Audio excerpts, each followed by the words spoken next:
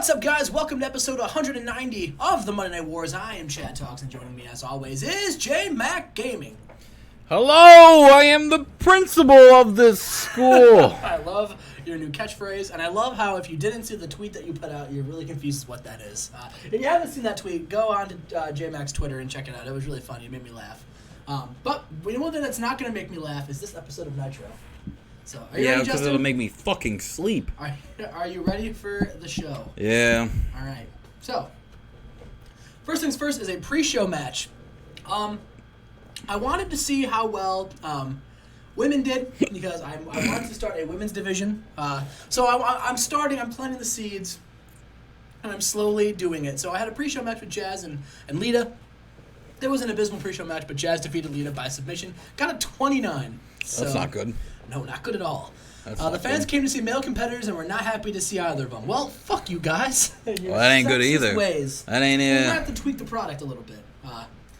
I'm sure that won't come back to bite me at all later on the show. All right, next segment. It's a pre-show match that Justin booked, which is, it had a decent reaction from the crowd, but terrible wrestling. The Warrior, who debuted a new catchphrase that was going to sell t-shirts. What's the catchphrase? What is the catchphrase? I'm having chicken tonight. That was the catchphrase.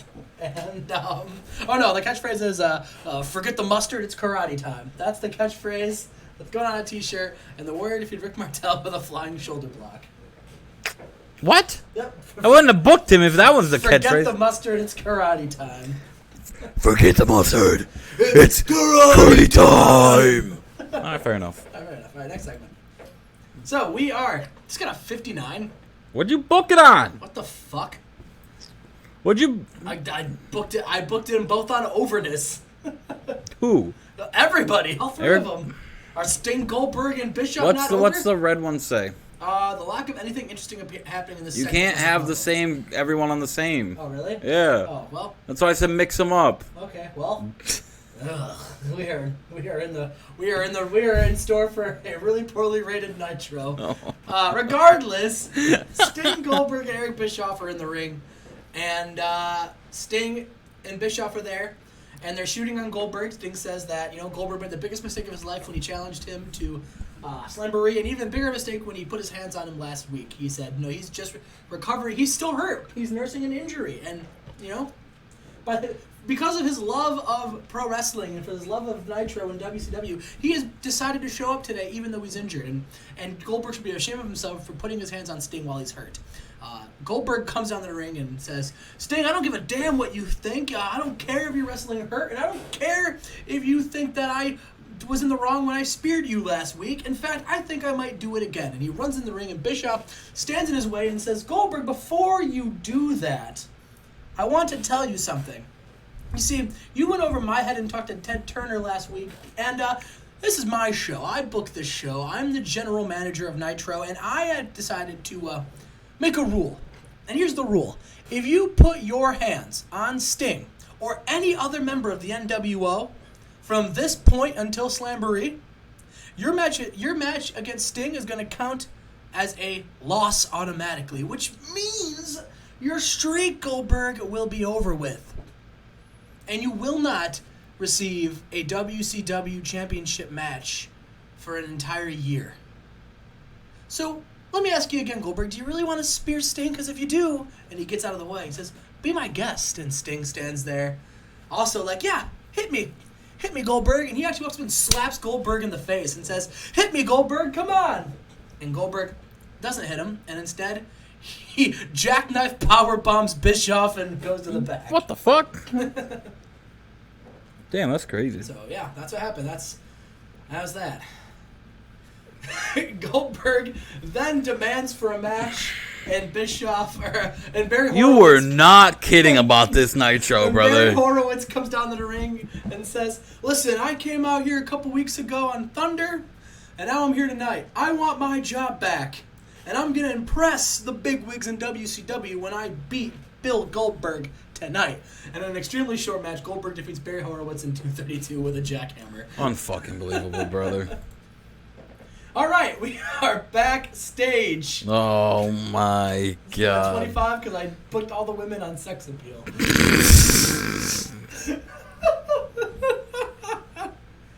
So, yeah, Scott. You're burying your own show at this Scott point. Steiner shows up with all the women, and he says, they go, Scott, who are all these women? And he says, who are all these women? These are my freaks. They're freaks, and I'm the big freak. I'm the genetic freak. I'm Big Papa Pump. And when I became the #1 contender to Hulk Hogan's championship, these women decided they wanted to hang around with the big bad booty daddy. The big bad booty He says, if you think I got all these beautiful women now, just wait until I beat Hulkster at Slamboree. Think of how many women are gonna be all over the world champion. Big bad booty champion. Big Papa Gold. The championship freak. And he says, Scott, the reporter says, Scott, don't you think you're focusing on the wrong things here? You shouldn't be. Don't you think you should be focusing on all these women? You should be focusing on, like, your tag team partner Raven and your tag team championship and your potential world championship that you might be winning at Slamboree. He says, I know who the fuck you think you are to tell me what I should be worried about. You should worry about hitting the gym and not being such a big chicken leg. Huh? You scrawny punk? I can bend you like a twig like that, and it would take no effort. He says, my head's exactly where it needs to be. It's with these freaks, and my eyes are on the prize. And the prize is the big gold belt that I'm gonna take from Hogan at Slamboree. Now come on, ladies, let's go to my locker room and have ourselves a wild night. It's unbelievable. So, Oh! commercial, we come back, and it is the Jim Duggan's rematch for the television championship. Come on, Jim Duggan.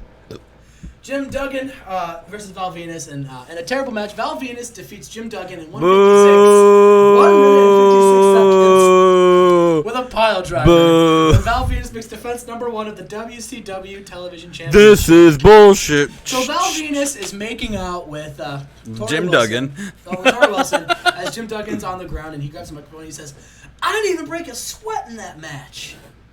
So I'll tell you what, being the champion that I am and being a fighting champion, I'm going to defend this championship again against anyone in the back who wants to challenge the soon-to-be greatest television champion of all time. Who wants it? Who wants to come out?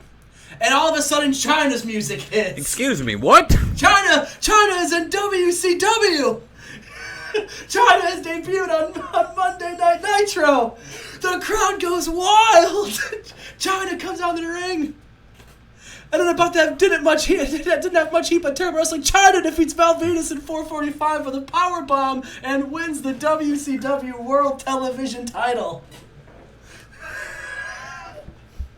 Chyna is World TV Champion. Justin, what do you think? What do you think, man?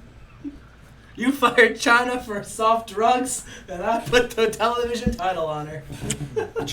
Just another one of my non-used mid-carders becoming champs in your show. Chyna is television champion. Start booking your own stars. We come back, and Well, this that popped off. 85, the best so far, the best thing they've seen so far. In an exceptional match, Raven defeats Scott Hall in 13:04 with a pile driver. So this happens, and then after the match, Mike Awesome attacks him and beats him down, and then leaves Raven laying on the ground, knocked unconscious, with the NWO standing tall. We have another match, another NWO versus Resistance match. And about that, good wrestling and a decent reaction from the crowd. Syxx defeated Billy Kidman in 14:58 with a tombstone. You 71? So, yeah, Syxx had a 71 performance and Billy Kidman had a 75. What'd they and get? The segment got a 73. Okay, that's decent.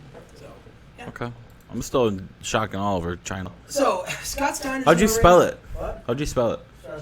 Chyna. Chyna. You're a cunt. We are backstage Scott Steiner's getting a lap dance from a woman with like all his freaks around him, and Raven kicks down the door, and all the women look at him, and he's like, Raven, my partner, hey, you want to get down with me and the freaks? Me and the freaks. And Raven says, no, Scott, I don't. I'm too busy treating my injuries that I got after I was beaten down by Mike Awesome. What the hell, man? Where were you out there? All right, I'm starting to think I'm the only one in this group that gives a damn about the NWO. We have Goldberg going in for business with himself. Kidman, God bless him, is trying. And where were you? You were supposed to be one of the enforcers of this group, man. Yeah, we need to beat the NWO. And he's like, Raven, I'm gonna beat Hulk Hogan and take the title. He was like, okay, but what about these tag titles? What about me? What about your team? What about your group? You're focusing on the wrong things, man, and it's kind of pissing me off, to be honest. Scott gets up and goes, I don't think you're focusing on the right thing, Raven. All work and no play. You need to relax. You need to unwind. Sit down. The Fricks will take care of you. He's like, no, Scott, I don't want to sit down. I want my tag team partner to be on the same page with me and have my back when I get attacked. And he pushes Scott. And Scott like, what the fuck? And pushes him. And then they get in each other's face. And then Eric Bischoff comes in and says, hi, guys. I don't mean to break this up, but I realized that I haven't booked the main event yet tonight. Uh-oh. And I was thinking around, what should the main event be? And then I walked by and heard you guys talk, and I think, what better way to get you both on the same page than for you to defend your tag team titles tonight? So tonight, the main event is going to be Raven and Scott Steiner defending their tag team championships against Mike Awesome and Hulk Hogan. See you out there, guys. Mm. And we go back to commercial, we come back. And in a poor match, Just Incredible defeated Tommy Dreamer in 10-13 when Chris Kanyon distracted Dreamer.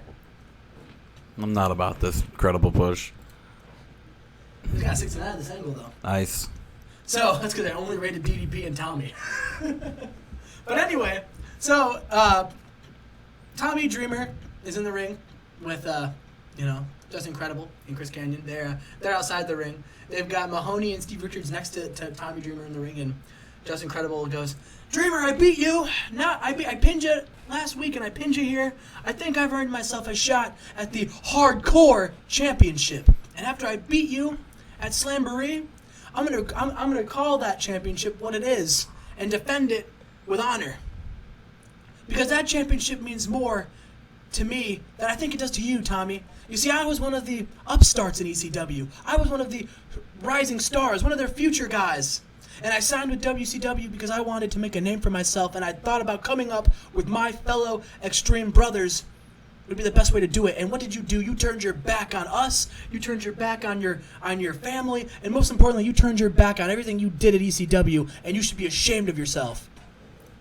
Dreamer says, the only thing I'm ashamed of is that I didn't realize the barbaric activities I was partaking in sooner.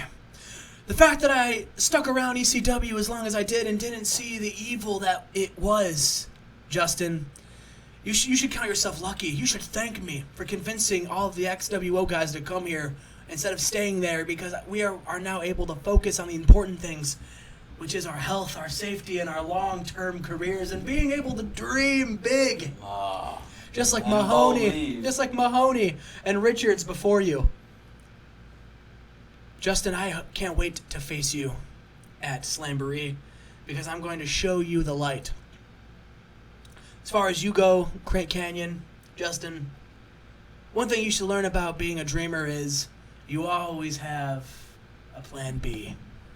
And then he snaps his fingers, and then all of a sudden, they both get attacked from behind by a man wearing a hooded sweatshirt with his hood over his face so you can't see him.